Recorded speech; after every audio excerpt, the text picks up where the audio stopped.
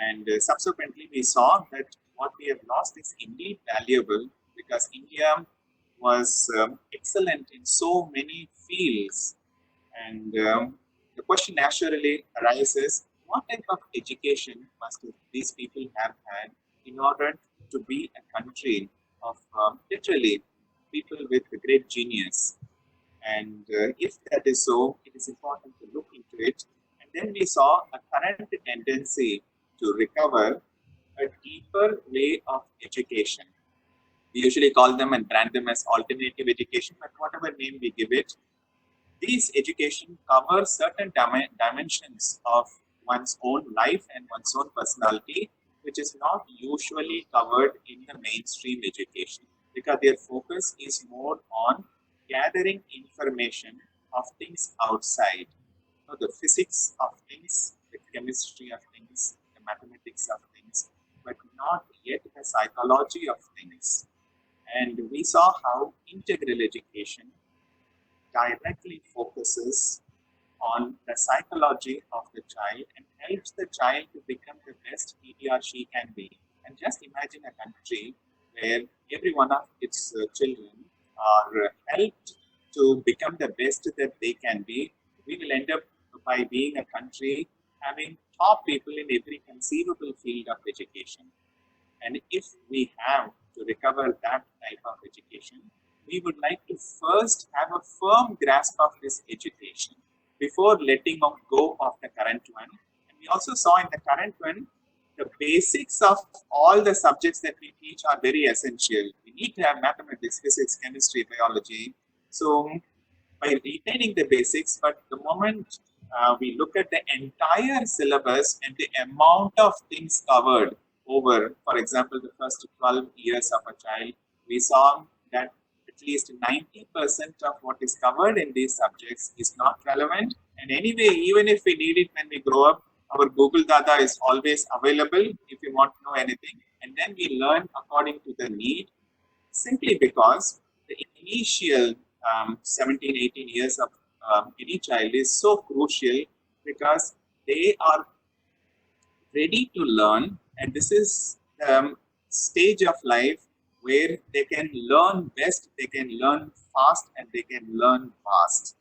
And if we give the right foundation in the initial education, especially, then we are talking about a nation filled with a number of genius people. We are talking about a nation which is so well developed, and not just nation, the whole world, if it can adopt this approach of a psychological way of making education into a child-centered education.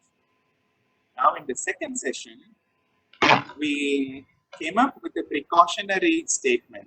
Let's not be too eager to jump and start discussing what we are supposed to do with children and 1, 2, 3, 4, 5, 10. This is what I want to do with my child. I want my child to have this.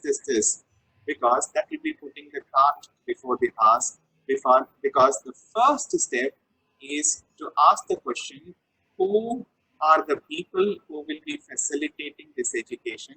Because based on their understanding, their approach, based on the content which they have themselves experienced, not in an academic way.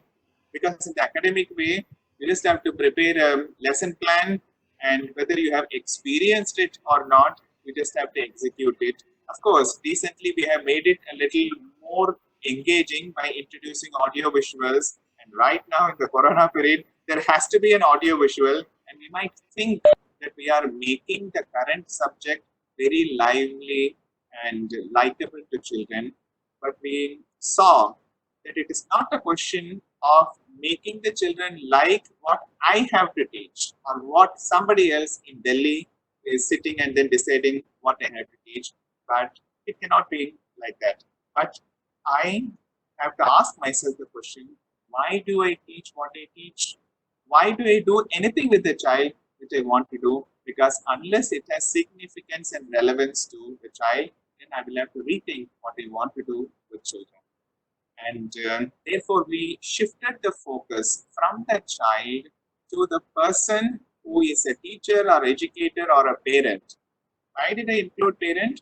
Because for a child, two learning environments are equally important. The first one, also the most important one, is the learning environment at home, because that is where the growth of the child begins. And if the beginning itself is not proper, then later the child will have difficulty when the child is put into the second learning environment, which is the school setup. And therefore, we also saw that what are the things that we need to focus, whether at home or in the school, and how we will have to change our approach in such a way that the child grows in an optimal way. And if that has to happen, well, we should have had an experience of this growing, this developing things in ourselves. And how many things should we have experience of? Because there are a million things which I want to teach my child. Do I have to learn everything myself first? No. We found that it is practically three parts that we need to develop, and everything else in life is an application of these three parts of ourselves which are well developed. So what are the three parts? Simple way we saw that all of us have a body, and we have to get a few things right with the body. It shouldn't happen that every once in a while the body goes for a toss. Either we overeat and we get stomach upset, or we fall ill, or we some rare opportunity, we begin to work hard, and then after working hard for a month or two, then the entire body system fails. It's happening in the corporate world, because we try people to do too much work. After a little bit of time, the system fails. It develops some problems, some illnesses, and some reactions in the body, and then the latter half of the life, we spend most of the time in catering to the needs of the body. Particular food should be eaten, shouldn't be eaten. Particular things should be done, shouldn't be done. And some of the people cannot even sit straight. Why? Because they got into the habit of sitting in a crooked way, in a bent way, and now it has become a problem. So it is important to look at the body and then train it in such a way that the body becomes an excellent instrument of action. The moment you want to do something, the body gets up and then says that I am ready, all my energy is at your disposal, and not the way that no, please don't bother me because you make me work for one day, I want holiday for the next 2 days. You make me work for 5 days, Monday to Friday, I am going to relax on Saturday and Sunday, and not that way. Or I work for a month or any important event, oh, you should see all the teachers and especially the parents also. After a mega event, they just don't want to do anything because they want a little bit of relaxation. Not that relaxation is bad, but if the body is fine tuned in terms of its habits of sleep, I don't even know whether we know how to sleep. How many of us here can say that I know how to sleep? The moment I need the sleep, I will lie down and then I will enter into sleep, into a blissful state. How many of us can even say that? And most interestingly, sleep is something that we do every day of our life. And yet, has anybody taught us how to sleep? What is the best way of sleeping? And why is it not part of our education or even at home? We never thought that it usually happens to us or it doesn't happen and we take things for granted. So on a tough day, when we go to sleep, we want to sleep and the thoughts begin to bother us. Oh, I had a fight with one of my colleagues. He said something to me. I should have said something back at him. And then the thought begins to go on churning. And then you start making plans for the next day. Oh, tomorrow when I see that person first, I'm going to tell him this and that. And finally, the body is lying on the bed at night. Sleep is not coming. Emotionally, you are getting into excitement. Mind is going on round and round with so many thoughts. And finally, when everything in you becomes very tired, if somehow you glide into sleep because of the tiredness and not because you want to sleep. Because the more you say that I want to sleep, and the sleep is not likely to come because we don't even know how to sleep. And what about food habits? How many theories are there going around? How many philosophies are there related to food? That this is what one has to take and this is what one should not take. And it is not something as simple as that. Nobody can come up with a list of food and then a list of when to eat and how to eat and say that this is the best way, because for each one of us, the requirement is different. Is it easy to arrive at what food is good for our children or for ourselves or for our family members? We can't have a list, because suppose if you are living in the Himalayas and if you are living in the South India, well, your food has to depend on the climate in the place. In the Himalayas, it's you're going to be really cold, and in South India, well, it's going to be very, very hot. So what you eat in South India, even if it has proteins and minerals and all the energies that are there, you simply cannot eat the same food in the same way when you go to the north. And this is just to give you an example that based on where we live, we have to intelligently choose the type of food. But even if you choose one place and somehow arrive at a list of food, let us say you have decided to live in South India, hot climate, so you add a lot of liquid like buttermilk and dahi and sambar, liquidy sambar, and anything that you make has to be liquidy in South Indian conditions. Even if you decide, can you have the same food throughout the year? Because even here we do have the seasons changing. In rainy season, you can't eat the same food as you are eating in the summer. Now, I still remember the moment the rainy season starts, one thing, we as children cannot go outside and play. And at that time, my mother will change the menu. She will start making some nice garam pakoras and anything that is of the nature. And she changes because we need some lively food during the cold times or during the rainy season. And it can't be the same as in summer where we will be gulping down curd and then buttermilk as much as we can. We can't have the same thing when it starts raining. Now, you might think that according to the season, let us say if we have 3 or 4 seasons, we can have 4 types of food and the way in which we eat. Well, if you go into one particular season itself, let's say that it's a summer.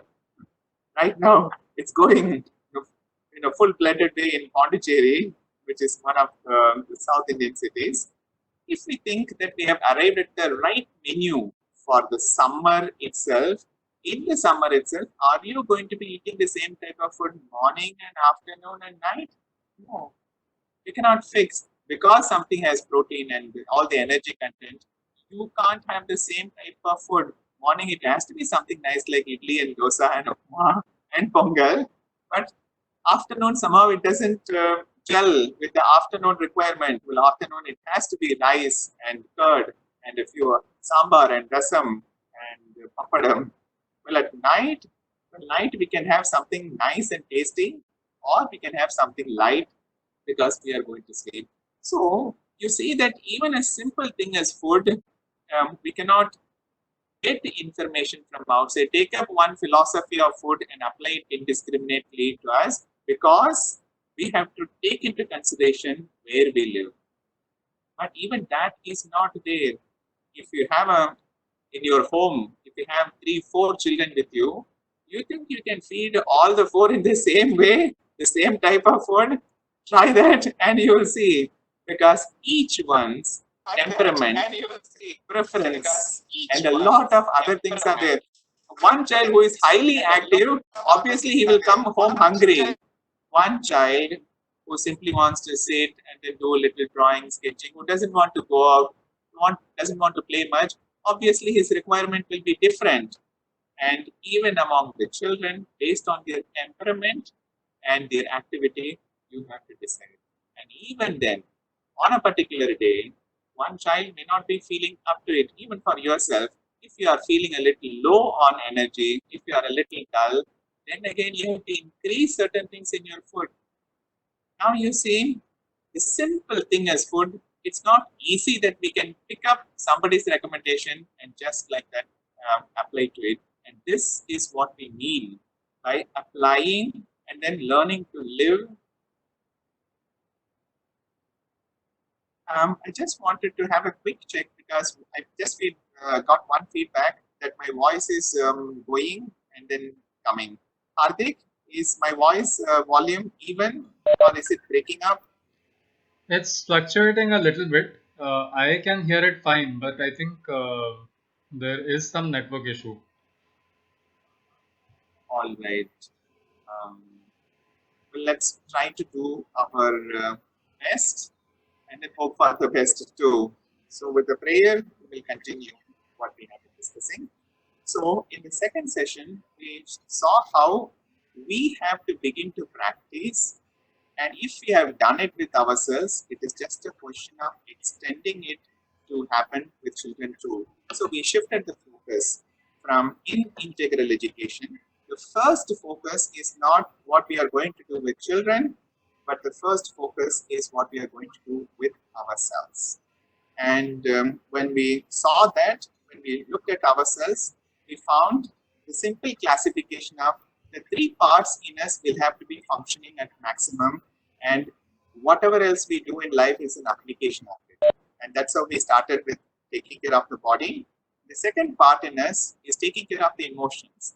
It's not the emotions that should drive our life, the desires, the impulses, the irritations, and the anger and the annoyance that should drive our life, but we should be masters of our emotion and make use of the emotion in the right way in order to make our life beautiful.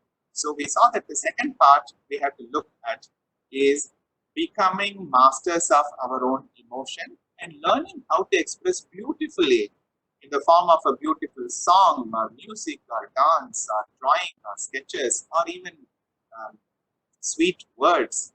And this becomes part of our second education, which we have named it as the vital education, because the vitality, the emotions and feelings of our own personality have to be tamed, controlled, and mastered.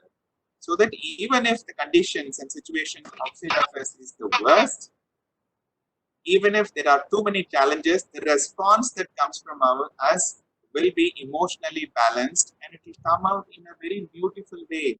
Probably, if somebody comes and starts shouting at you, you will simply come out with a beautiful song. He quietens and he joins you in singing the song. We don't know. And if we know how to express ourselves in an extraordinarily beautiful way, it's very difficult to resist beauty of speech, of emotions, of our expressions when it comes from the depth of our heart. So we saw how the second part of education is taking charge of our emotions, our heart. And the third part we saw that taking control of the mind, most important, because in the name of being in charge of the household or the classroom or anybody, how we drive people to their insanity cannot be described at all. And obviously, people are going to resist. The mind has a tendency to make everybody act according to its own ideas and its own preferences. That somebody should do like this and like this. Somebody should get up in the morning and do this. This is what is good. Hey, you have to choose to do this particular career and that one. And this tendency of the mind to regulate and all the outer life is not something that we can allow the mind to choose, but we should be in charge of the mind. And if we learn to control the mind, make it so dynamic and creative, make it as an instrument for making our life more beautiful, then this education, the education of the mind, is the third component. But then finally, the big question comes. So, if I am in charge of my physical energies and if I am in control of my emotions and if mind listens to me, what am I going to use them for? Well, I can use them for the best to happen. I can use them for the worst to happen also. People who are much in control of either their body or their emotions or the mind, there are a lot of people who might put it to the worst use and bringing about lot of problems for others, but they might use it for their own gain in a very personal, egoistic way. Well, the people at the top, the people, the several, not all, lots of politicians, lot of, let us say, even the people in the health profession, and almost everybody who is at the top, have a tendency, because power, authority, and possibility is there, they have a tendency to use it for one's own selfish gains. So, if we simply develop these, it's not yet sufficient, but we have to develop and put it to use in the best possible way, for which we need to discover a fourth part, a fourth dimension within us, which almost everybody has a glimpse of it. We have experienced it at some point of time, and that point of time is when we were at our best. It could be any incidents. For example, suddenly, let us say your friend comes and she comes with a lot of sadness, something very sad has happened, and she shares it with you, and you just said exactly the words that she needed to hear. It came out, and then she was so nicely comforted. Where does it come from? We do not know. It is not planned. It's not coming from the mind which calculates and follows certain reason, and then it comes. It just comes out. Some of the best moments in life which came not because of our past, not because necessarily what we have learned, even some of the best creations. Now, this is an excellent example.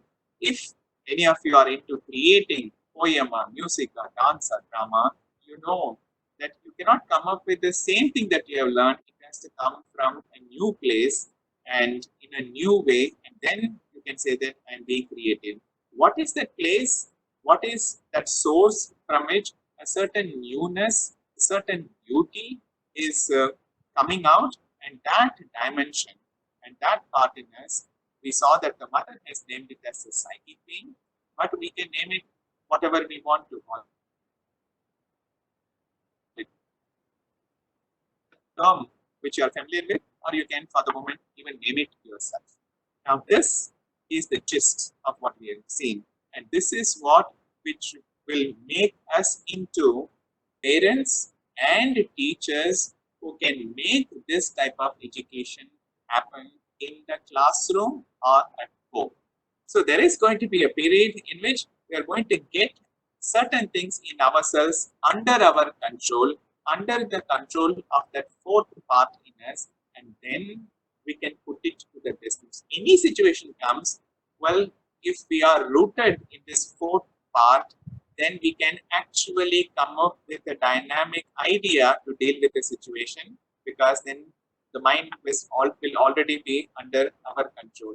We can respond to the situation, not react to the situation when we are rooted in that. So that with a lot of beautiful emotions, we will do what we do. And our body and body language also will be so suited that we will be able to do what we plan to do the way we want to respond. And this is, in a nutshell, what we are hoping to achieve. And if this has to happen, what are the first steps? It sounds good and feels good, but what am I going to do after this session is over? Can you not just give me few things like 1, 2, 3, 4? I will begin with it. Later, I will discover everything for myself. But are there a few things which we can take up as the immediate first practical steps? So that is what we will be looking at in this session. And may I request Hardik if you can put up a screen of the questions which they have had. If you Yeah. already have it, otherwise I will just quickly go through the questions. Yes.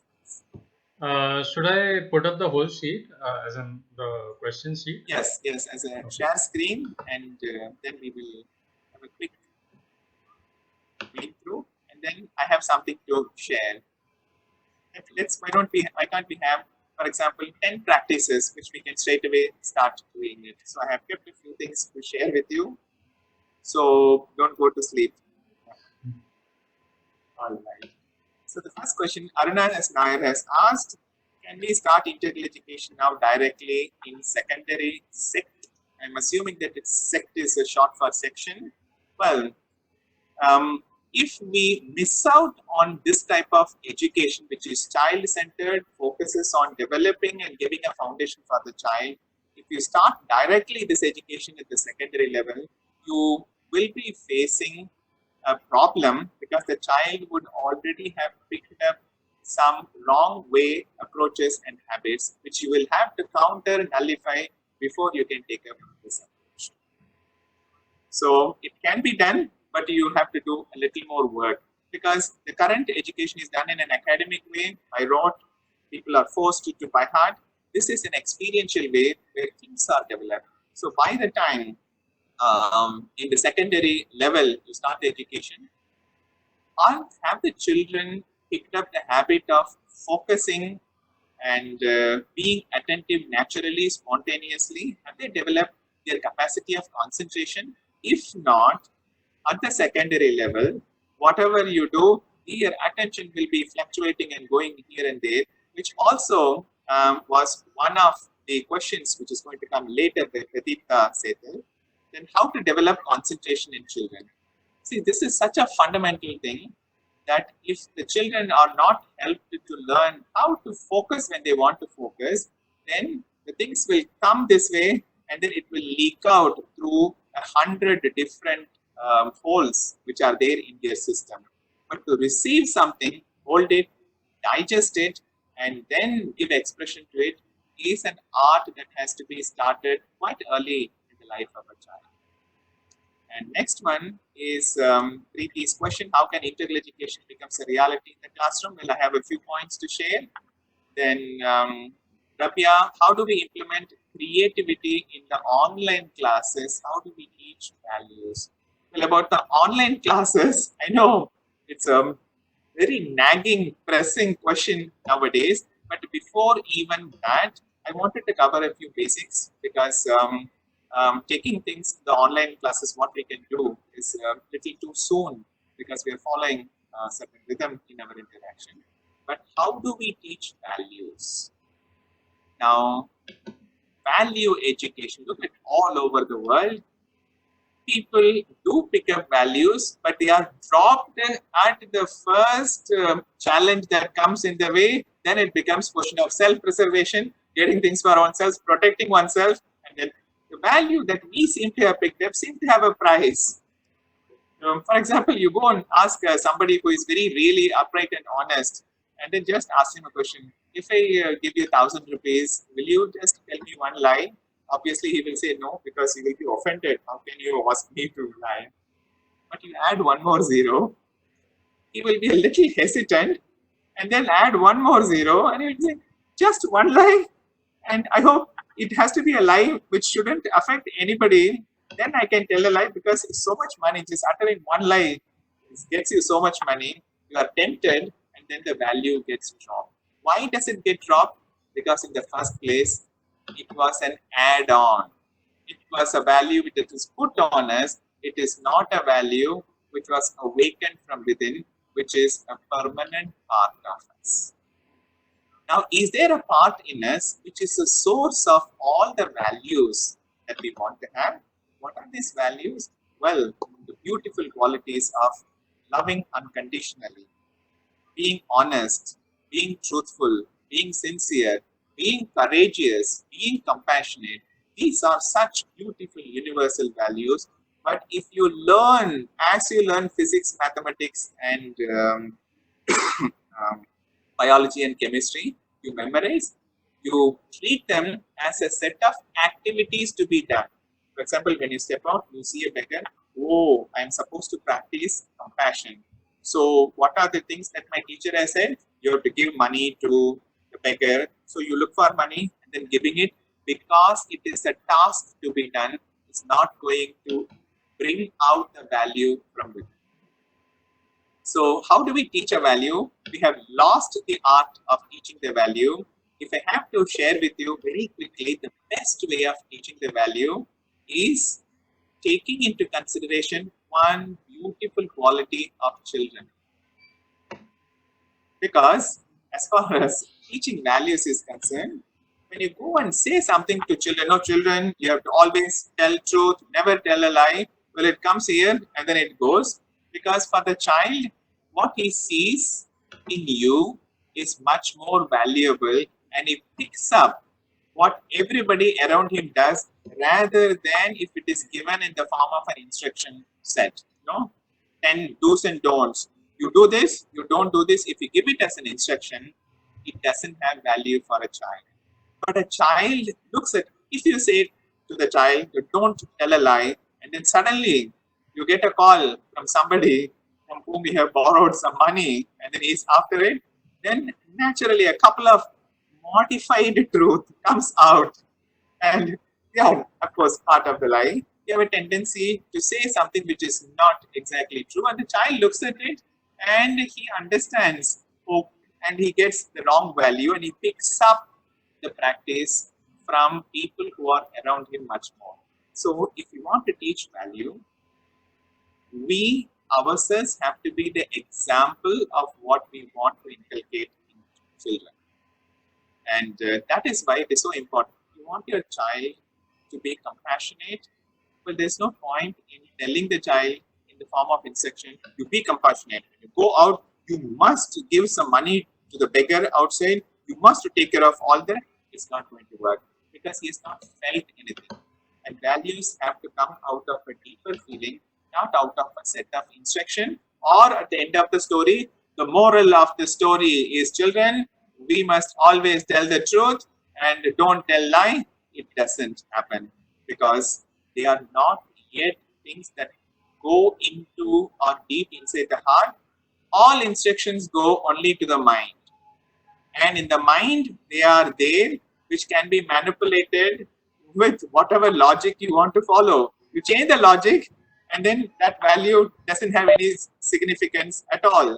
So if you catch a value with your mind, then it's not going to be a value at all. It's a mental task which you will use it to manipulate, but it is not a natural spontaneous act of a value which have been awakened. Why do I say awakening of the value? Because all the values which we want our children to have, because they don't have the values, no? That's why we want to teach values. Why do we want to teach values? Oh, I want my children to be this, and he doesn't have these. We think that values have to be given. And values are not to be given because there is a place deep within the child which is the home of values. And what we need to do is to bring it out, awaken it and bring it out by, now here is the first direct and most powerful method. How are we supposed to bring it out? By practicing the values ourselves. If I am truthful and honest in every action of mine, then the child looks at it and he begins to feel, but that is not yet sufficient. Because a child is like a sponge who absorbs the vibration around him, not only what he sees. He can actually sense the quality of your mind and quality of your heart, and he can absorb things from there. And therefore, it is not okay for you to do things in a certain way in the presence of children. Like, I want my child not to lie. So when I am in front of a child, we will say, careful, you're not supposed to lie in front of children. Right?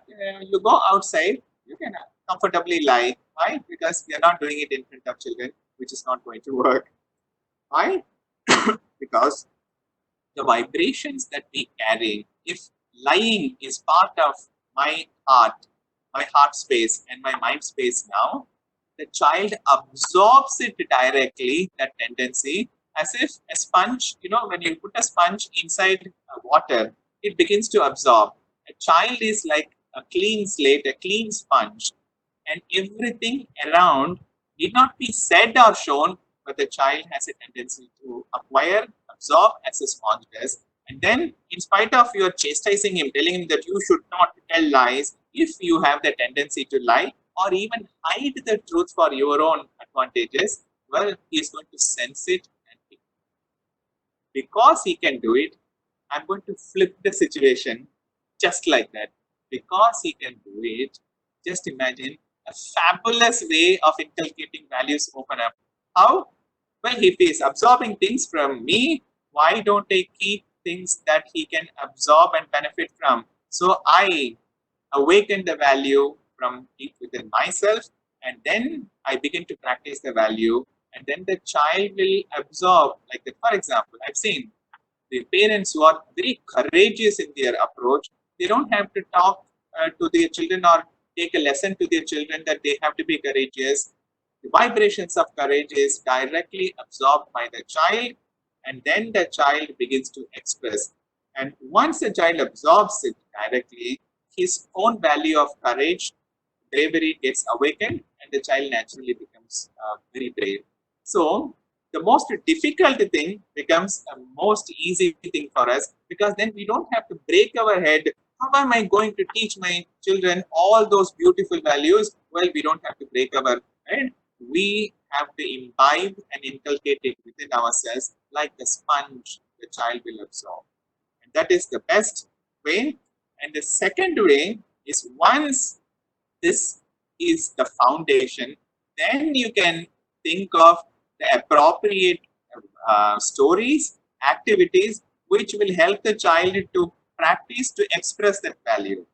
For example, if you tell the child a story of Arjuna, how brave he was, how he protects the people who are weak by being so brave and so courageous, you know that as soon as you have, if the story comes from you who are really brave, because otherwise the child will notice the contradiction. My mom is saying such fantastic story, but I know that she is a darpoke. If the child has this notion, then there is going to be a conflict, and the words will come this way and words will go this way. But if the mother or the teacher or the person who tells the story himself possesses it, one story, what the story is an expression of what the person holds within himself, it goes directly into the child and awakens the quality. So once the story of Arjuna is over, the child is going to jump out and he is going to make a bow and arrow. He's going to shoot at everybody, telling that I'm going to protect my mama and my dad, my everybody who are good from the bad people. And why? Because in the child there is a tendency to put into practice what comes from within him. He is like a bubble who is wanting to burst, so that what is inside him gets mingled with the entire air. And it is important for us to hold these values within ourselves, not in a manipulative way, not as an idea, thought, or an instruction, but as a part and parcel of ourselves. If this is there, how do we teach the values? Well, if you are a teacher or a parent, if you are afraid of a lot of things, work on your fears and increase your courage. And as you start working on it, automatically you will notice a change in the child. And this is the right way of teaching the values, but it's a whole subject by itself. I've just given you a glimpse of how to teach the values the integral education way. And there are other things, how to achieve success in desired field, how to blend virtual and physical education. The virtual part for the moment we will leave out, because once we get into it, a lot of clarification needs to be done, because this education, which is experiential in nature, can also be initiated and done online through to a certain extent. A lot of things could be done, but it has to be taken up as a separate subject. How to achieve success in the desired field? I have seen many successes are really failures in several people's lives.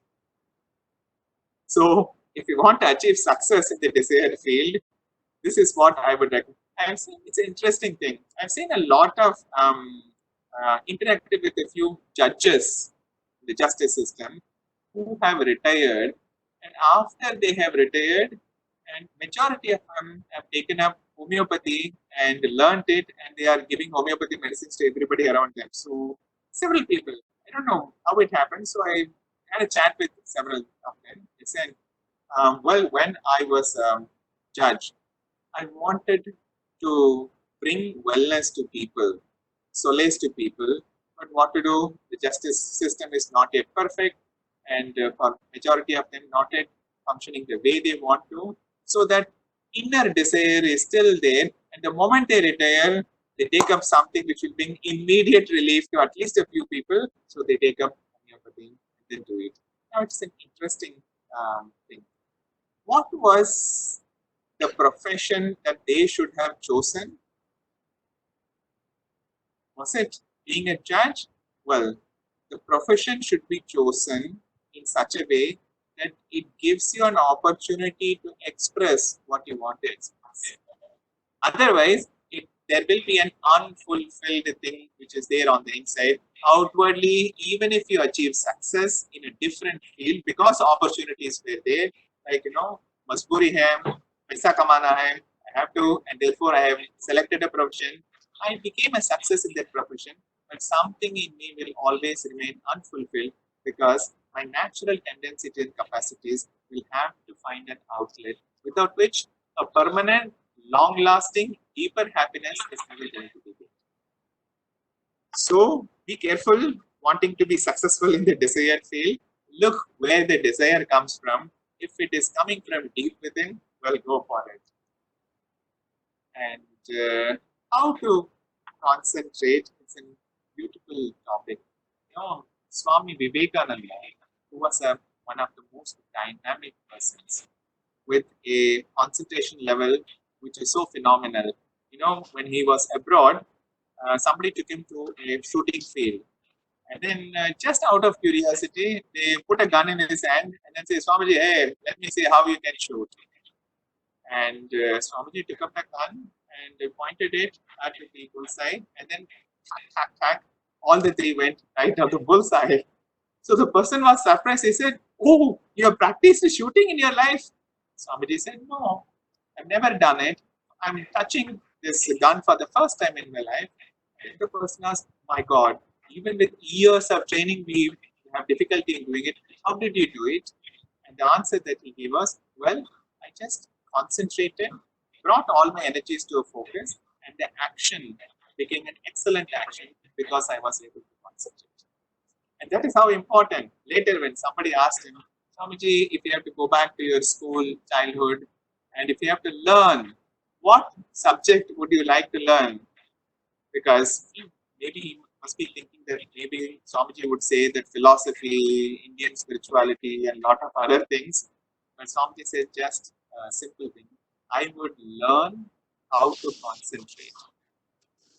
Because if I master the art of concentration, it's like a torchlight. Whichever direction I turn, things lights up, and then I can quickly grasp it. If you want to develop a capacity, a power in me, I focus on it, and then I can develop it. And only thing, because when we want to develop something, we approach the thing that I need to develop, whatever capacity it may be. If we approach it with a lot of desire, I want to have this capacity very, very fast, there will be a kind of attachment where the concentration will not become entire. And therefore, he says, I will start practicing concentration, and I will also learn how to detach myself from things and things around me. And this shows us the importance of concentration. And just to give you a couple of tips, and that's all we can hope for, but when we develop concentration in us or in children, because even we don't have very well developed concentration because the mind is going around in so many different directions. When we begin to develop concentration, it is important to choose an activity which interests us. Suppose you pick up a book in politics and then you have no inclination towards politics, you almost hate it. If you pick up, then you say, I'm going to develop my powers of concentration by trying to remain focused as long as I read this book. And by the time you read the second sentence, you'll find it impossible to practice concentration. Why? Because what is chosen is not of interest. This is a deep, deep truth. If you want to develop powers of concentration, choose an activity which interests you. And once it interests you, you need to develop a couple of things. Do not try to overdo it, because do the activity and observe for yourself how long you are able to retain the concentration, the span. Because sometimes, even if we take up a book of interest, well, after, let us say, half an hour, then something in us will get restless. Why? Because I've been doing only reading. My body wants to get up and do something. I want to listen to a song. A lot of things are there. So observe currently how much you are able to the span of concentration. And then next time when you pick up the book, read a little more. If You have started with half an hour. See whether you can stretch the concentration to 40-45 minutes. Or if you are doing an activity which needs a lot of concentration, for example, the things where you will have to carefully stack one on top of the other, it requires a lot of concentration, but after some time, it's almost like a rubber band which is being pulled. After some time, it might snap, and therefore, before that, we will have to loosen it up. And in this way, we will have to select activities through which we can gradually increase the span of concentration. How do we do it with children? Because with children, we can't use the same activity, no? If it is reading or if it is playing, and therefore add an extra interesting component to the game so that the child automatically stretches his span of concentration. So today the child has played with one activity like building blocks 10 minutes. Tomorrow you add an interesting component. For example, in the building blocks, you bring in a component where he gets more interested. For example, you might put letters on the building block and tell him that I want the blocks to be arranged one on top of the other. And when you do that, I want this particular word to appear. And if you make the word very relevant to the children, and then what took him 10 minutes will take him 15 more minutes, but he has an added extra component. By adding more and more levels and degrees to the activity, by making it more and more interesting, automatically concentration level increases. See, such a thing, we never really thought the role of interest, relevance for the child in developing concentration. So, if we can make our education, entire education, something relevant and interesting to children, just to see how their powers and level of concentration increases by leaps and bounds. How to control our anger and emotions? Well, we have touched briefly on this because probably we can do a small activity on this. And all of you have paper, pen with you? Yes. So, excellent. So, first thing, I'm going to ask a question to you. When you are angry, can you please write down how do you feel when you are angry? Is it a very pleasant, beautiful feeling that you have? So that I would recommend straight away you get angry as many times as possible. Or is it a state where probably something palpitates, precipitate, you say the thing that should not be said, and you do the thing that should not have been done, so that later you regret it. So, what is the condition of anger? Is it something pleasant? How do you feel the result of being angry? Did you say the exact words that needed to be said? Did you behave in an absolutely controlled and beautiful way when you are angry? Or did you lose control, said something nasty or should not be said? You know, your intention may be right. No, I want him to learn this particular thing and I want him not to do it. But the way you did it when you are angry, you did something and then probably you disrespected the other person also when you are angry. And therefore, the result of anger, we have to understand this and feel it before we can go to the next step. So, how was your experience when you are angry? The feeling, your experience of your feeling of anger, was it a pleasant one? If it's unpleasant, how unpleasant was it? Just write a couple of sentences, which is enough for our purpose. Shivda, I Now think your voice is comes fluctuating. the integral. Okay, voice is going down. So if you just raise the Just a mic a little bit, or if you take it a bit closer to your mouth, maybe that will help. right. All right. So,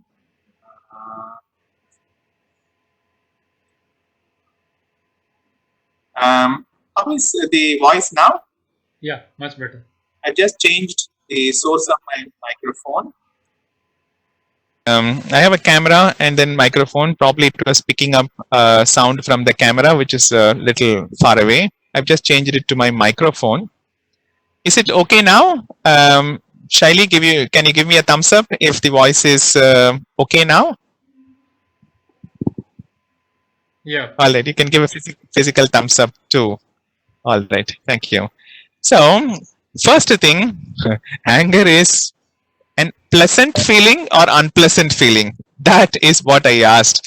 And has anybody here written that it's a very pleasant feeling? If so, just write your name in the chat box, because I want to know the technique of experiencing anger in a pleasant way. Very unpleasant. Very well. If it's an unpleasant one, which is a general experience, then we will go ahead with this one. Now, think of an situation where you were angry at somebody who is close to you. Now, anger doesn't mean that it was a full blown out situation, but even that annoyance, great annoyance, how many times I told you not to do it? No, don't do this. And every day the person does the same thing. After eating your plate, I told you eat a little with a little more care. And why are you spilling everything? And the spoon, you put it in this and that. Anything which greatly annoyed you and irritated you. Think of such a situation which has happened recently with somebody. Situation, not with no, I'm very disappointed and angry at no prime minister or the local chief minister. No, the people, somebody who is around you. Think of the situation and write it down in 2 or maximum 3 sentences. For example, today morning, as my husband was sitting to eat, he was eating by focusing on his I don't know, some newspaper, so much so that he was spilling it all over. And how many times I told him on the dining table, don't read newspaper, and that irritated me, annoyed me, and then I got angry, something like that. And if you just write a sentence, 2 or simple sentences.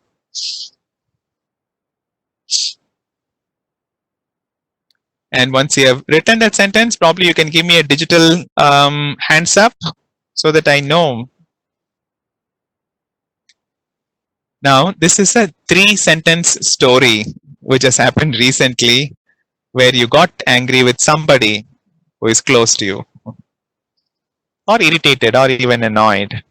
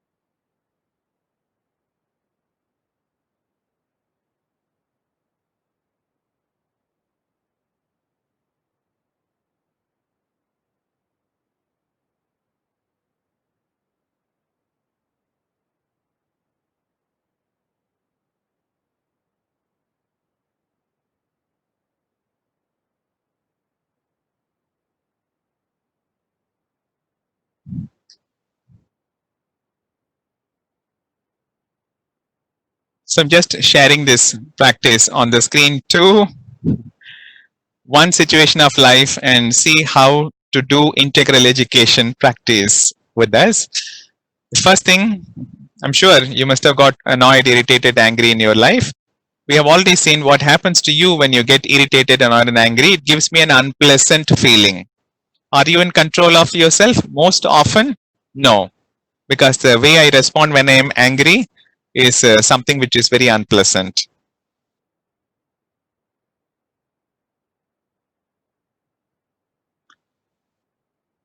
Well, I have to see the hand going up, because within 2 to 3 sentences you should have written the last episode when you were angry. And I've already started getting feedback. I got annoyed when my amma keeps on repeating the same thing to do. Oh, Akshata ji, you're still getting irritated by your amma? After realizing my mistake, I apologize to her. Well, but at the moment when the amma begins to repeat these things, no, it comes out, oh, how many times do you have to? It may be a good thing, she is saying, but not in this way, not in this annoyingly repetitive way. And we can have probably one sharing before we take up and then see how to do it the integral education way. When Niranjana has written something. Okay, Jyoti says when students try to make calmer when HV workload. I don't know. This is in some strange language which I'm not familiar with. So when I have workload, well, thank you. Well, they are making a racket, especially when you have a workload and want to focus. And they have no sensitiveness, though helping mentality, just only when I am trying to meet a deadline and have a workload. Why are they making such a racket? Probably switching on a TV and or dancing something. And how many times we have now? This is what usually happens. Now this is a story, and I want to pick up your pen and then make one round. Every story has a hero and a villain. In this story, put a round on who is the hero of the story, who else but me. So, if you have written I anywhere in that 3 sentences, if not, write your name and then put a circle around it. This is the hero of the story. And then identify the villain, the person who irritated you, and then put a different type of encircling. Probably you can put a rectangle.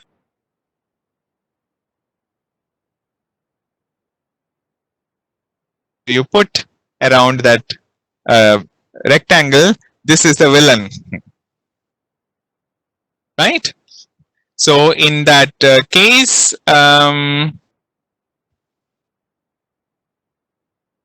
where Akshata, I'm going to take Akshata as example.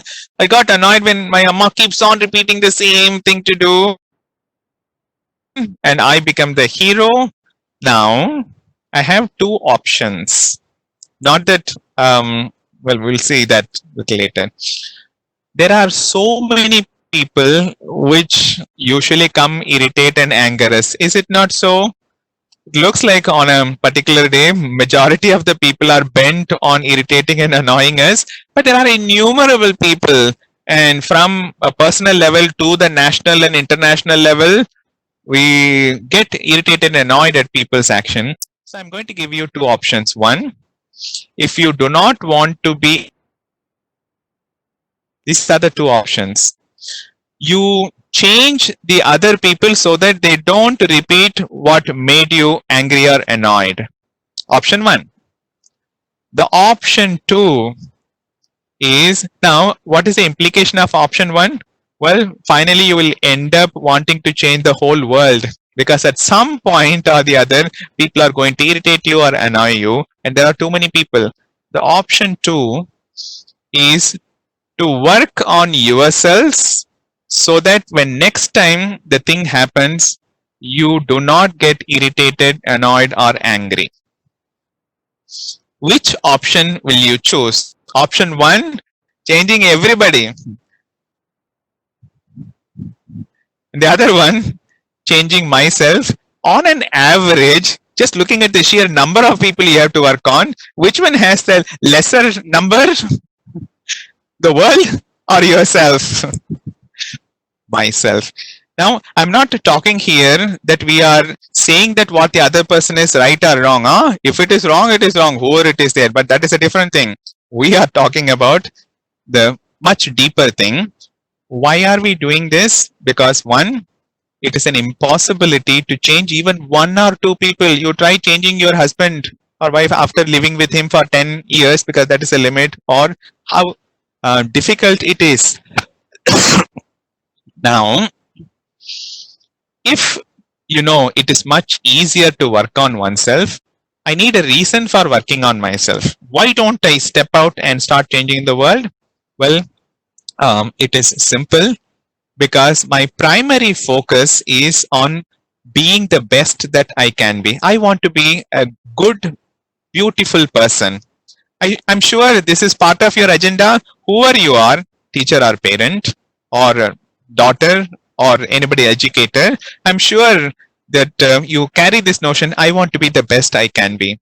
And if I want to be the best that I can be, my first focus is on developing qualities and powers in me so that my best comes out. So that I am not influenced by anything, but I have the capacity to influence and change the whole world when it is needed. So my primary focus is this.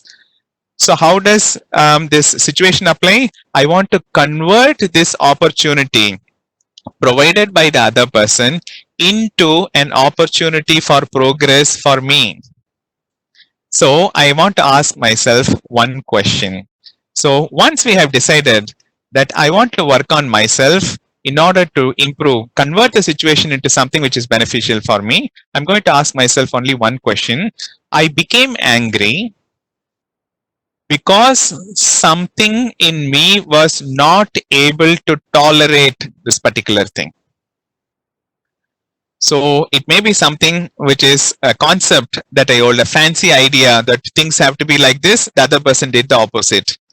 Or it can be a lack of understanding, empathy and love, because if he had love, he would never ever have done it to me, because on Sunday morning when I woke up, he is still expecting me to cook the full range of food for me. If he had love for me, wouldn't he have gotten up and then cooked the dishes? And when I woke up, I might for the first time in my life have had, I don't know, what do they call it? Bed breakfast.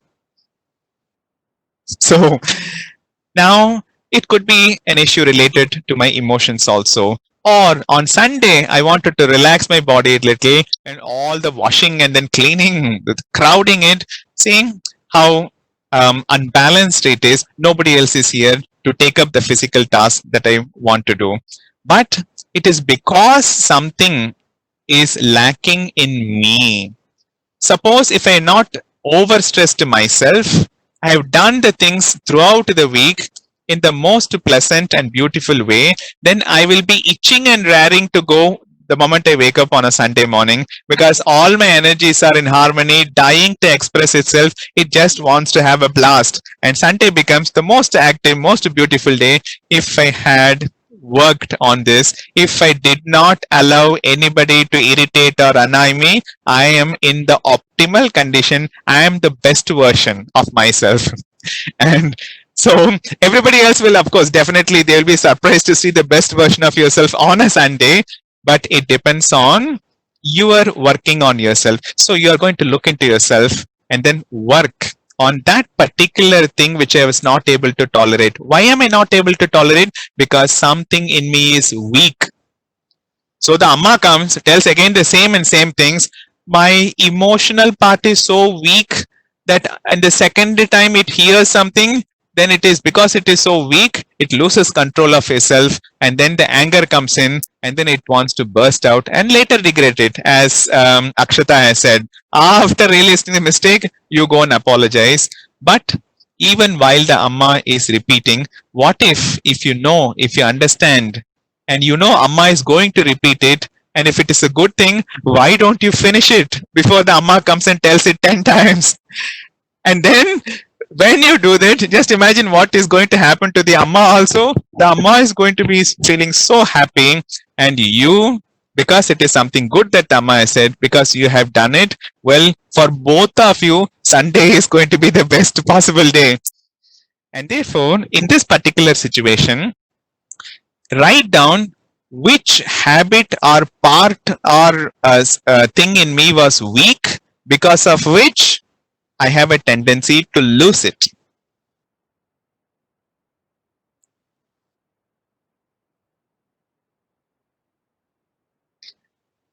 Because then I have the option of losing it, or I have the option, because I have found out, located which part in me is weak. Well, I come up with an activity, work on it, become robust, and then I express it. There, Akshata says, I'm very emotional in the practical things. Go a little deeper into it. When you say practical, can you list out the two or top three things where you are not practical but you are emotional? Look at it because you have to work on one by one. Which are the things in which you are emotional? I'm not sure that for anything and everything you become emotional. There are a few things which are in the top of the list. Let's begin by this one. Which are the things that make you emotional over being practical? Just note it down.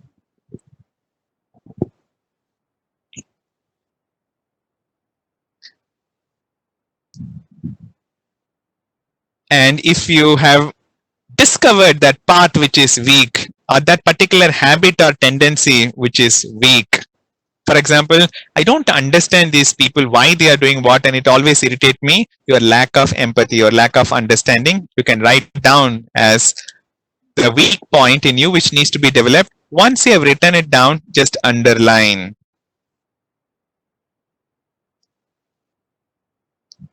And once you underline, well, you have to come out with a program for working on developing what is lacking in you, strengthening what is weak in you.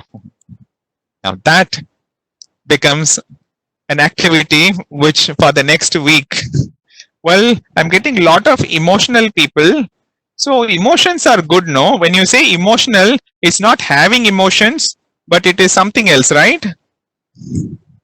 What do you mean when you say you are emotional? You burst out into tears? There you are. Emotions are good. Somehow the word emotional has become bad. So much so that in some of the corporate places they say, keep your emotions outside. We want only the practical things and the logical things. Not good. That is because we have never learned to channelize our emotions in the right way. Because if we can do it, our emotions can come and join our practical things. Our heart can come and join the head. And that is what. Now that you know what you need to work on, well, pull yourselves together and start working on it rather than trying to change the whole world. This is the integral education approach. Every difficulty, every situation, change it so that the focus becomes you, because you can change only yourself. You can't reach out to the inside of the people and then remove the wrong tendencies as habit just like that. But if the other person has to change himself or herself, the best chance is to have this quality in you so that the person can learn by looking at you as an example. There is no other way. You can't give a lecture, you can't scold, you can't say that I'm the boss, you have to listen. All these are methods which work for a very short time. After that, the subdued, suppressed thing comes out bursting. So there, Raghuvamshi Jyoti has said, I couldn't bear if someone scolds me without reason. I'm glad you are happy when someone scolds you with reason. Because reason or not, I don't like to be scolded. I want to be told something in a nicer way. Why should somebody scold me? That. So, and another question, how can we face insult done by others? Well, the insult happens. When you say insult, can you tell me, Akshata, what happens in you? Because based on that, you're working on getting rid of this this habit, bad habit. It depends on. So what happens to you when the insult happens? And the next step will be to locate where it happens. Because the insult is in the form of using a particular word, a very demeaning word to you. And if so, then you will have to work on it separately. If it is an action by somebody who triggers certain emotions in you, that is something else. So, Akshata, but how can we face insult done by or your financial status or by senior? Respect of dignity loss, which is the one which is usually, how can you say that to me? How can you treat me like the doormat in front of the bathroom, that you step on me just like that without paying? These are the things. Now remember, one thing, before we ask respect from others, we should gain respect over ourselves. If we are not respectable, many of the people outside will not respect us. If I have to be respectable, I need to be the best that I can be. If I'm not the best I can be, if I'm all the time I'm getting angry and I have the habit of shouting at people and getting irritated, how will other people respect me? So look at yourself, turn it around. Here is a golden opportunity for me to become respectable. What does it mean? To be the best that I can be. And once I see anything negative that happens, the integral education way is to look at it and turn it into an opportunity for developing something in us which I'm lacking, growing in certain direction. And this is the integral education way. So I hope I was able to share some of the fundamental outlook on working on oneself aspect. And because most of us are teachers, if we have done it, then when we are with children, we will understand what energies are flowing in them. Because if I have understood the dynamics of the energy that irritates me, the irritable energy of anger and all this, I can easily sense it about to happen in children too. And then I can change my activity, change my approach into something which is possible, beautiful and good. So this is a fundamental integral education approach, and I want to share with you the importance of, because you may be still thinking that why is he not telling what I'm supposed to do in the classroom with children, or what am I supposed to do at home with everybody else? Well, this is something that we can do it with everybody else at home or at thing, but the importance of this, because this is the one thing which will help us to come up with the best possible education. And I want to share with you something which the mother has said. I'm going to share my screen.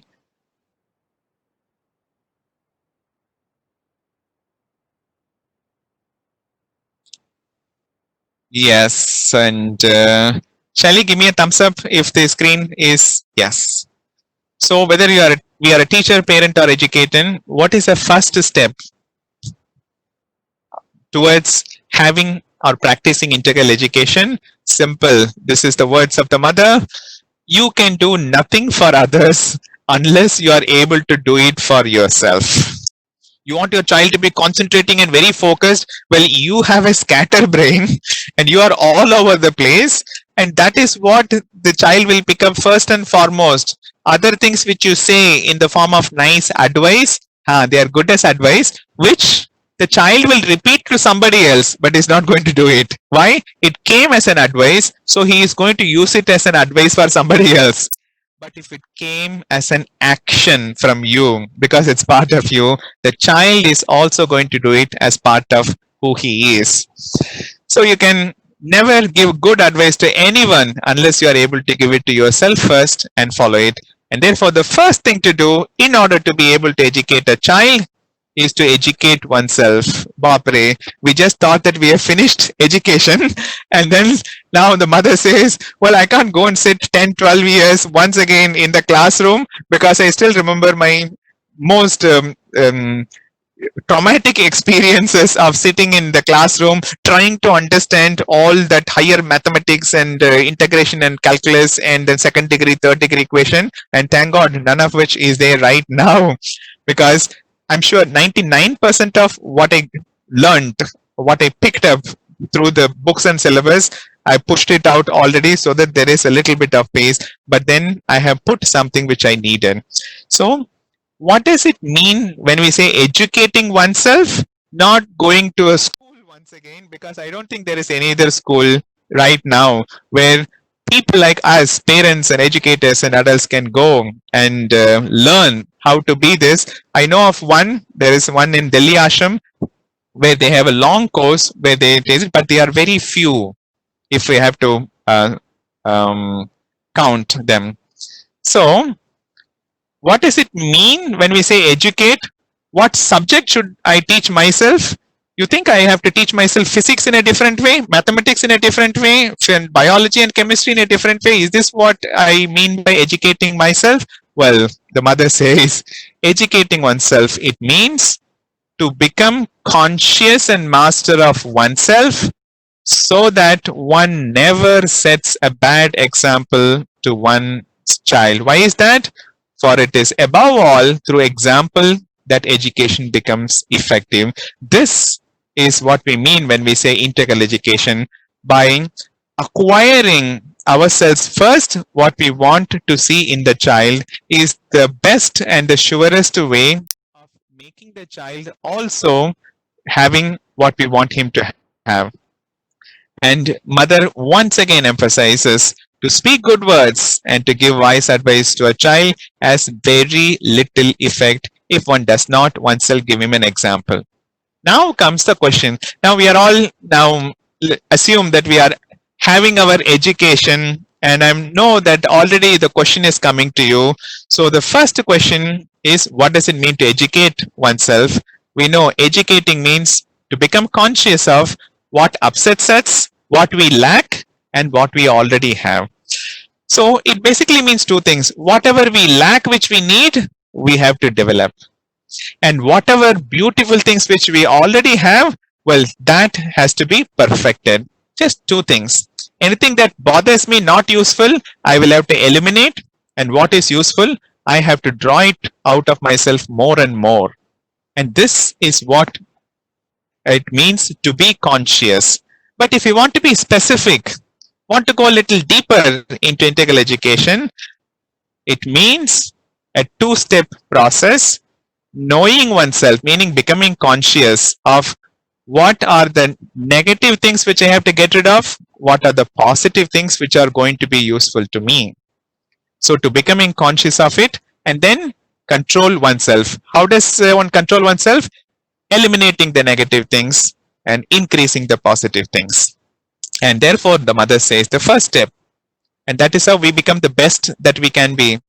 We can be a perfect version of ourselves, and to work for your perfection, the mother says, the first step is to become conscious of yourself, of the different parts of our being, our personality, and their respective activities. Once we detect and sense, we have just done one exercise of how anger and annoyance and irritation, to convert it into something that I need to develop, and then I work on developing it. And the next step is just to put it into practice, a few actions which will help. And somebody has said whether we can share this quotation. Definitely, I will make it available to Hardik, and we can go for it.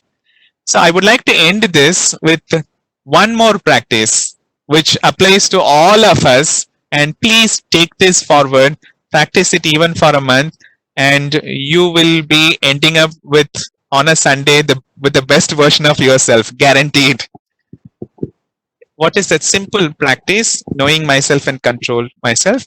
Let's make one resolution that I want to be the best I can be. Is it a difficult resolution if I say that I want to be the best I can be?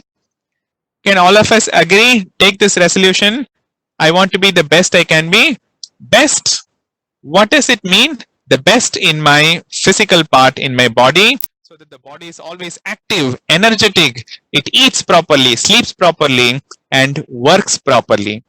What does it mean to be best in my emotions? Well, not to be irritated, not to shrink, not to have negative feelings, but to make the positive feelings flow freely. Even if somebody insults me, I don't allow the insult to enter. I give him a nice, beautiful smile.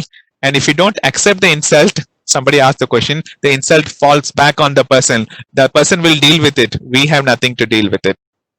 And what does it mean being best in our mind? Our mind is so active and dynamic that for every situation, it already is ready to give us 100 different solutions based on the background of each situation. Now, how do we apply it? I'm taking up one simple activity and then see. All of you are sitting on something right now in some fashion. How many of you are sitting with a very straight back? Back like an exclamation mark, not a back like a question mark. So can you please type straight or curved? Can you just type out? How are you sitting?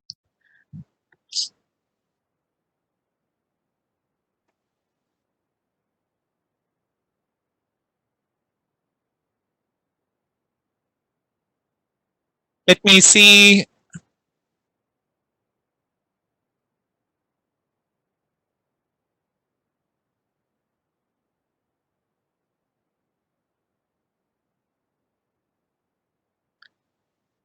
Are we getting responses on the chat box? Because when I am sharing my screen, I'm not able to pull up the chat box. So just write straight or curved. How have you been sitting for the last almost a 1.5 hour, 90 minutes? Yeah, the responses are coming in, and if you would like to see the chat, All it's right. on I top. can. I got it. I got it. Just after you told I sat straight. How many of you did that? Otherwise, it's curved, curved, curved. Now, sitting is a simple act, but I want to sit in the best possible way, not like a not Donald Duck, not like a curve, but like a question mark in life, but like an exclamation in life. Started. What happens? Well, when we sit straight, lots of energies in our body flows in the right. When you are sitting curved, your energies get blocked. So that after some time you will be shifting like this, and after half an hour, well, you want to relax by stretching your legs and then slanting your back, and then after 1 hour, well, you want to lie down or do something else. You're not able to sit anymore. Just that simple act. I want to sit on a chair very gracefully in a most enjoyable way. Now remember, because I have said straight, you're not going to say sit straight, sit straight. Oh, it's paining. No problem. Even if it is painful, sit straight. No. In a graceful and a most enjoyable way, which means that because sitting straight is correct, you are not going to force yourself to do it, but you are going to develop it into a habit. And that is what integral education is about. We cannot force people into becoming good people or the best people. You cannot force goodness and being best out of anybody, including yourself. But the beautiful way is we can develop that habit. So how are we supposed to sit? We sit in a relaxed and yet straight way, in a graceful way. And when the session is over, how are you supposed to get up? Khatam ho gaya session. And then you go this way and that way? Or would you like to gracefully get up and then almost like floating in the air? So much so that all the people in your home are wondering, "Ye, ab to kya hua? Why is she walking like an angel?" So beautifully and so gracefully, and all your energies are flowing properly. Well, that is what I call sitting and then walking. And this is not an informational thing. You know, when some people sit, they try to put the blame on the chair or blame on somebody else. What is the blame on the chair? Oh, this chair, no, it's not comfortable. There's hardly any cushion left. I get pain here. Yahan, dard ho raha hai. The blame is where? What is wrong with it? What is wrong? The chair is wrong. I even know of there is one type of a cushion which is available on Amazon. I think they call it beanbag or something. It changes according to your shape. So if you are sitting like this, so it changes like this, and that's a dangerous, most dangerous chair that I have come across. Do I want a chair which will help me so that my energies are intact, or do I want a chair which accommodate itself so that if I want to be sitting like this and the chair also, cushion also becomes like that?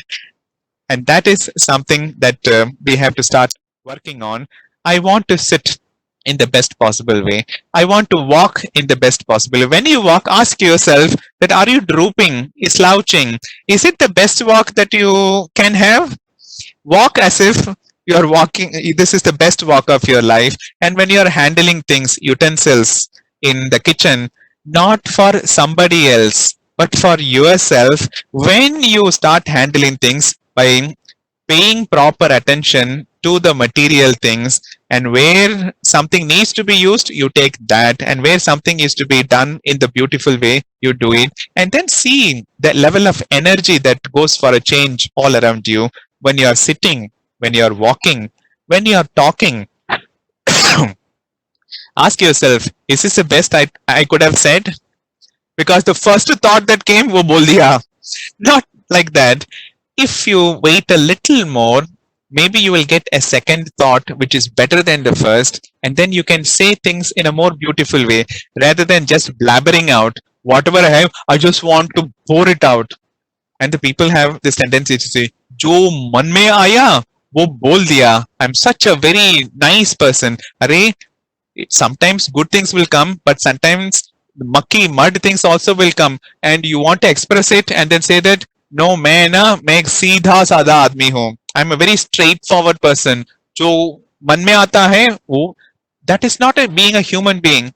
A human being must express things in the most beautiful way, not to allow things to come all by themselves. Ask yourself the 100 things that you do from the morning to the evening. Ask one question: is this my best? If not, then I will have to make an effort. When I'm dealing with children, they've said something, I want to scold them. May this be the best scolding of the child's life in such a way that hearing the scolding, the child wants to get up and do what you are telling him to do. Can we not change the character and nature of scolding in such a way? We put it in such a way that the child really wants to change himself, wants to improve himself, wants to be the best version of himself. How is it that going to happen if we ourselves are not practicing it?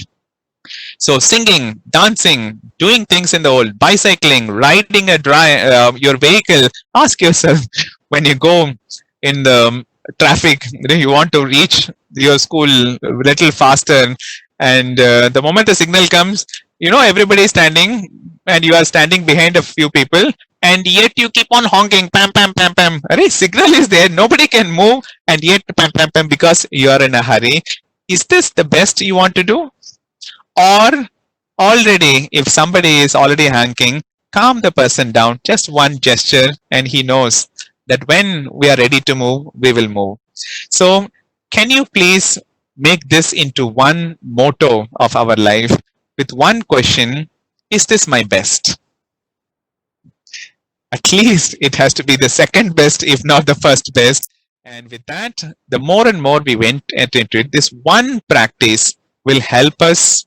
And this one practice is the core practice of the integral education, because if you are a person who wants to be the best he or she can be at every moment of your life, the children will absorb this attitude and character. You don't need to motivate your children anymore. You don't need to bribe your children anymore. Arey, if you do this, then you can watch cartoon or this one. Once you have this attitude, your children will pick up. Once your child sees that my mama, when she does it, she is so involved. When my mama is singing, she is so much into it, she becomes a song. When a child looks at it, how will he sing his next song? In the same way.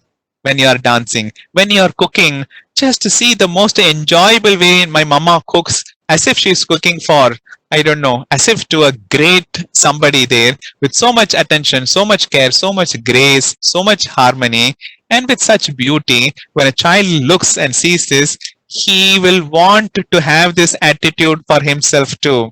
And what more can we hope for?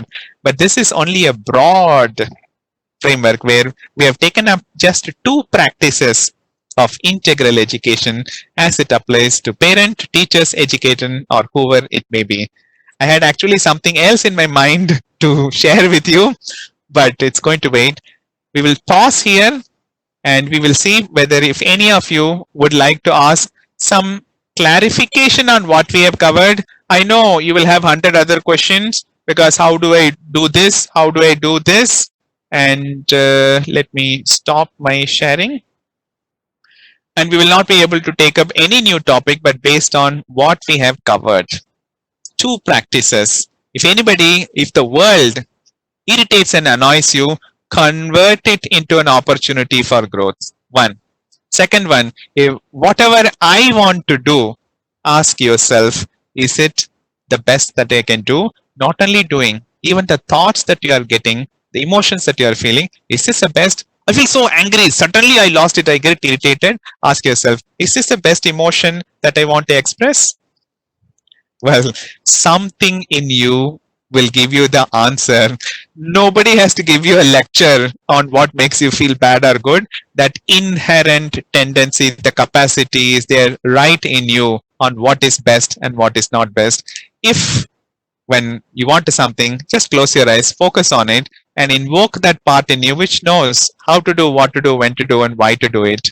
And as it becomes more and more active, you'll find that there is a change in the way in which you think, you feel, and you do, and things with everybody else. So, anybody has a question? We are 4 minutes overshot. Anybody who is in a hurry, please carry on. I'm so happy that all of you could join, because this integral education is like an ocean which is very much accessible, and that is the beauty of it, because we are not talking about any theoretical and academic things. We are talking about myself and the people with me, and the being the best one can be. And that is not the same for everybody, but the approach has to be the same. So do we have questions, really burning questions, as a clarification on what we have covered, not on new things? In Pondicherry, every year we usually conduct this workshop for really serious parents as well as educators in the month of May. This year we couldn't. And there are a few people, as I have told you, who are engaged in the process, like Hardik one, and Neeta Kakkad is also another person. We have quite a few other people also. I don't know whether Jasmine is here still.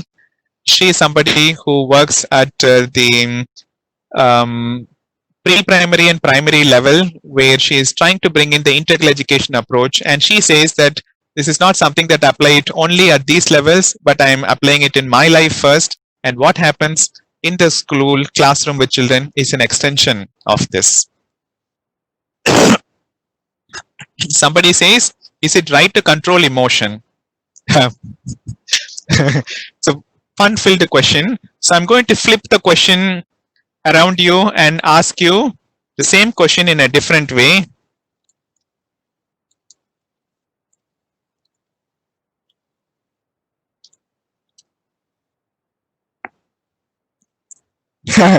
Now we have two questions. Is it right to control emotion? So I have a counter question. So what is the other option? Well, let the emotion control. Why should we control the emotion? Let the emotion control us. Which one would you like to? What would be your preference? Anger comes, you want anger to control you? Or whether you will have to decide how much anger, if at all anger is good. And this is the integral education approach. We don't want anybody to control us, but we want the control to come from deep within us. And if that has to come, we have to awaken that part, and that part will come to the front with just that one practice, being the best I can be. I want to be the best. I want to have the best thought, the best feelings, and the best emotions, and the best action, best mastery, best talent, and then it will come. Why does we cry when we feel bad? Crying, two types, as you have said, crying when you feel bad, and sometimes we cry when we are very happy too. Has anybody here has that experience? Tears coming out when you are very happy? Sure. So she is asking, why do we cry when we feel bad? There is something within us which feels sad when things are not okay. And when that happens, it wants to communicate it to ourselves, and because of which there is a mechanism in the body which happens to be the shedding tears. When you have too much pain, too much hurt, when somebody has shouted at you or treated you in a very, very bad way, something inside you deeply feels. And the way it wants to express it is through a mechanism of the body to sometimes let know the other person that, hey, what you're doing to me is not okay. But sometimes because we are not able to hold it, if we hold it inside without any external reaction, try holding it for a few times, 4 or 5 times, 6th time, it is going to blow up the entire system. So we need an outlet, like how in pressure cooker, there is a valve that is there. When the pressure builds up, you definitely need, what is the thing called? Valve, safety valve. And crying is one such safety valve. When you feel like crying, cry yourself out. It's not when if somebody says that crying is a sign of weakness and not to cry, it's not the full truth. Because a genuine emotion, a feeling, when it becomes too much, it naturally, so a natural tear is always good, but not as a habit. People say I'm too sensitive, not the crying, the tears that comes out of being too sensitive. No, that means that crying is a crying which is a result of some part in us being very weak. But somewhere deep within, there is a genuine emotion welling up, and the safety valve, don't hold it in. But because usually when you cry, after the cry, you will feel a little better, but still you have to work on yourself. Yeah, already Satvir says sometimes after crying we feel good because the safety release has released some of the pent up pressure. So no wonder you will feel good. And sometimes it could be also because of happiness.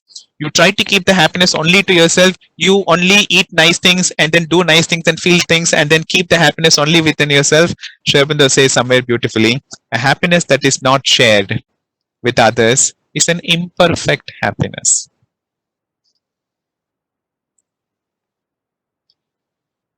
Any other question? Shaili is saying, though integral education, question from Shaili, though integral education is best imbibed first, still just to know a bit, what would the emotional vital education for kids between 7 to 16 look like? What are the exercises and approaches? All right, with that, we will conclude.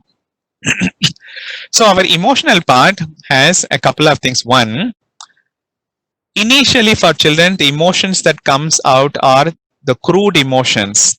They are either wildly happy or wildly sad, which means laughing and then crying, the fundamental crude actions which come in the first thing. So we will have to open up their emotional part so that it becomes wider, not very narrow, and it becomes more refined. One of the best ways in which emotional education can happen is to help the child to draw out beautiful emotions in the form of beautiful stories told by people who practice it. Because story is a shell, just words, and you have to put your emotion into the story, because you are talking about a story, let us say a story of generosity, where you yourself as the uttermost conjuice person in the world, you may be acting out that while telling the story of Karna, you get some gold and Karna gave the gold. It is just a story, just words, and the words have to be filled with genuine values, and that can come only from you. That is why I say the stories have to be used in the right way, by putting yourself into what you are has to go into the story, in the central part of the story, and those stories are the best. You can communicate quite a lot of things. You can even communicate to children most difficult to understand things if you put it in the form of a story and you yourself are a practitioner of what you want to profess. And in this way, truthfulness, honesty, generosity, courage, love, just so many things could be brought out, provided you tell a story by putting that emotions as a central emotion. First one. Second one, once a story is told, always follow it up with an activity which will allow the expression of that quality. Like you tell the story of Karna, how generous he was. There is a beautiful story where Karna was actually challenged in a certain situation. So Krishna was actually asked the question, why do you say Karna is always most generous person? So he says, I'm going to select two people and I'm going to give a mountain of gold to each one. And don't remember who it is, probably it was Arjun. And then he gives to both of them the mountain of gold. And then he waits. After a month, the other person, probably Arjun, comes and then says, you've given me a mountain of gold and I've been trying to distribute it to so many people. But whoever I give it, they always say that they want more. They spend it, but it is still there. It is too much. Then Karna was asked, what did you do with the mountain? Well, he said, I just found one person who is extremely capable of understanding the situation of the people. And I just gave the whole mountain of the gold to him and said, "You are the person who knows how to distribute it," and then got rid of it. Now you tell this to child. Child is going to come out and he's going to look for where is the money purse that you are having, where is your cash box, and he's going to pick it up and then going to empty it on the first beggar who is going to come. Now it comes, the child is touched. The moment the story touches, because of what you put into the story, when it comes, when things come out, they are a little wild in the child, and therefore give him a few activities. I'm sure there are a lot of activities where generosity is expressed in that activity, where you help. There is a board also there, and there are several other activities too where you can express your generosity. There is a kind of money game also, where the person who helps the other people most with money and ideas is supposed to be the winner. So you will have to come up with activity where the child learns to express generosity step by step, not all in one go. And that is what we should aim for. And this provides us a lot of education. Second one, when the child wants to express his emotions, have you taught him the ways in which he can express his emotion beautifully? Again, the old Purana Gana film songs come to my mind. Even when somebody is very, very sad, they know how to express it through a song, which even now stays in my mind. And when I feel very, very sad, we feel like singing that song out of sadness. What a beautiful way of expressing sadness. And in some of the modern films, the moment somebody becomes sad, they become violent. Then they smash up, and then Dhadam Dhoom, a most violent film against violence. Now, that is something which is so shocking to me. That's not how we go about it, but this is how we approach the emotions. And we learn to express by helping the child and giving him ways and means in which he expose. The best things are art, music, dance, drama, poems, songs. What beautiful ways. You feel sad, pick up a paper, express yourself on the paper rather than getting angry and losing it on somebody else. So all this is part of the vital education, and they build a character very beautifully. So values through stories and activities, and expressing one's emotions through art, music. Please give, I would even say, more importance to these than even physics, chemistry, mathematics, because when somebody is in a difficult and extremely sad situation, well, you don't feel like taking up and then doing mathematics and then physics and chemistry, but you feel like singing and dancing and sketching and drawing and enacting it out, let it out. So this becomes part of emotional education. It's only I'm just putting things in the right context, in the right place, but we already know that. That is all that is there. Satvir Kaur also says, listening to a song, looking at a beautiful picture. When you are so sad, take up a beautiful piece of art. It immediately gives you joy. Listen to a beautiful song or listen to a beautiful dance. So we will close it. We have overshot by 15 minutes because we have, but remain in touch with Hardik. We have even thinking of starting something through which we can remain in touch. But WhatsApp group is too difficult and too bothersome, cumbersome to manage because we have to keep on sharing. So we are not going to do that.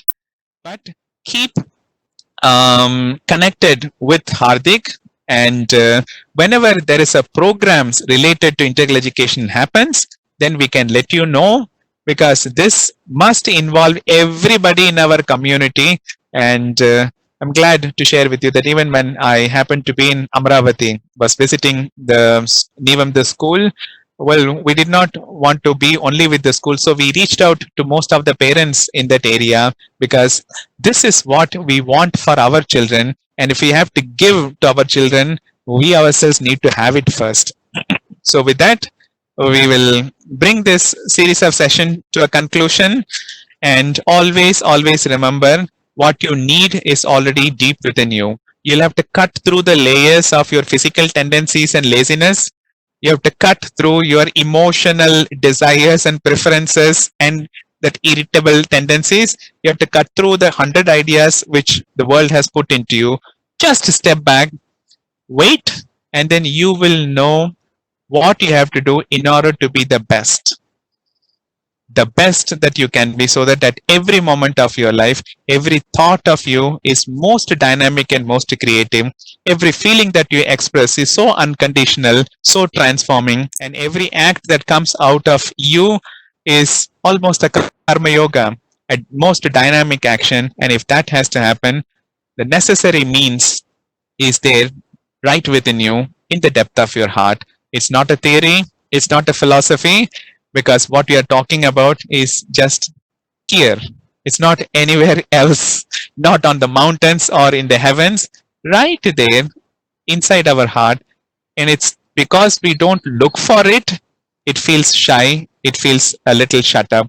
If we take one step towards it, you know the rest. It takes 10 steps towards you. Thank you so much. Over to Hardik, and we'll conclude.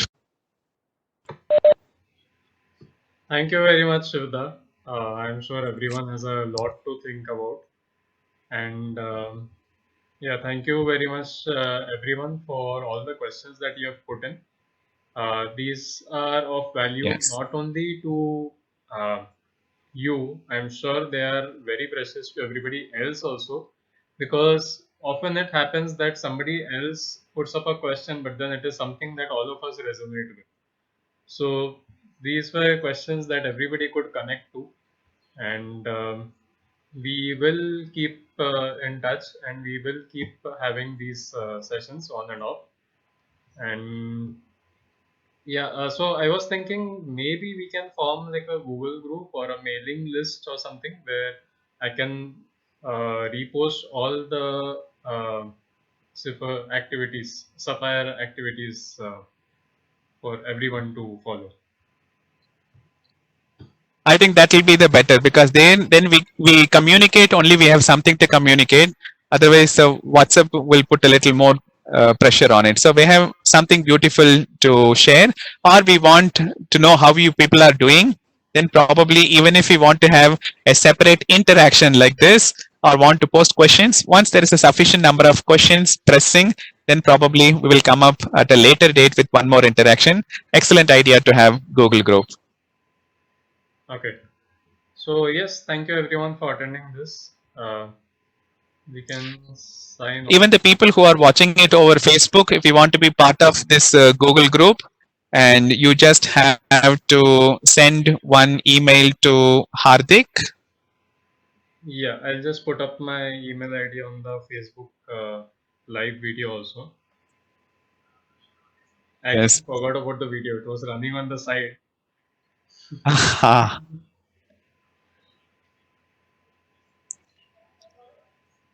And thank you, everyone, and have a beautiful life. Finally, that's what is going to matter. And Neeta is trying to say something. I hope her internet connectivity is up to the mark so that we can hear. Right now, we are not able to hear.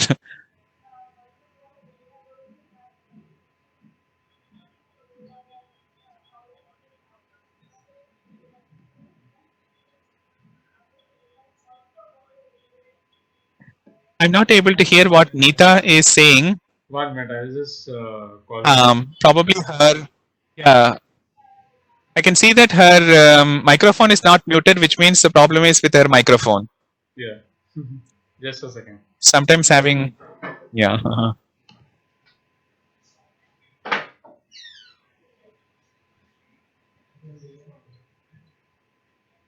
So, are you going to share something on the chat box, Hardik, or we will say bye? So here is a simple thing. Even on a Sunday, be your best version, and that will really touch all the people who are with us. So I'm here now. Yes. Yes. So a lot of people want to know about our future sessions. So that's how, like, Hardik has put up his email ID in the chat box. And also we'll let them know Yes. about the integral education workshop that workshops that happen. Shivda, do you have any plans to have this workshop later on, since it did not happen in May this